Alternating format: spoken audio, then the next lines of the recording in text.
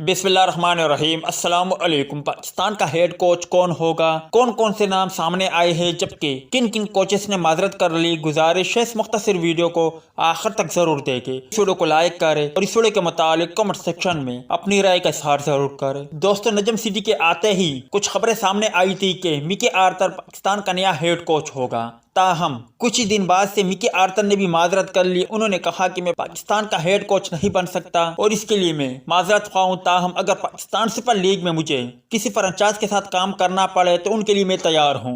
उसके बाद से पाकिस्तान क्रिकेट बोर्ड ने टॉम मोडी और एंडी फ्लावर से बात कर ली और टॉम मोडी और एंडी फ्लावर ने भी पाकिस्तान की कोचिंग के फराइज सर अंजाम देने से माजरत कर ली। फिर उनके अलावा मजीद 4 नाम सामने आ गए, जिनमें जस्टिन लेंगर, चिपन फ्लेमिंग और मजीद 2 और खिलाड़ियों के नाम सामने आए थे। ताहम ये बात भी दम तोड़ गई। अब चूंकि पाकिस्तान क्रिकेट टीम का हेड कोच लाजमी तौर पर होगा, ऐसे में अगर गैर मुल्की कोचिंग स्टाफ को देखे तो उनमें तकरीबन कई ऐसे साबिक क्रिकेटर है जो पाकिस्तान क्रिकेट टीम के हेड कोच के तौर पर बेहतरीन साबित हो सकते हैं। अब चूंकि काफी साबिक क्रिकेटर ने माजरत कर ली, ऐसे में अगर पाकिस्तान क्रिकेट बोर्ड किसी गैर मुल्की खिलाड़ी को हेड कोच बनाना चाहे तो ऐसे में कुमार संगकारा, महिला जवर्धन, रिकी पॉन्टिंग, जैकेलिस जैसे खिलाड़ी सूदमंद साबित हो सकते हैं। ताहम अगर पाकिस्तान क्रिकेट बोर्ड चाहे तो इन खिलाड़ियों से बात कर सकते हैं। आप भाई क्या कहते हो, पाकिस्तान क्रिकेट टीम का हेड कोच कौन होगा और कौन सा खिलाड़ी बेहतरीन साबित हो सकता है? इस हवाले से कमेंट सेक्शन आपके कमेंट्स का मुंतजर रहेगा।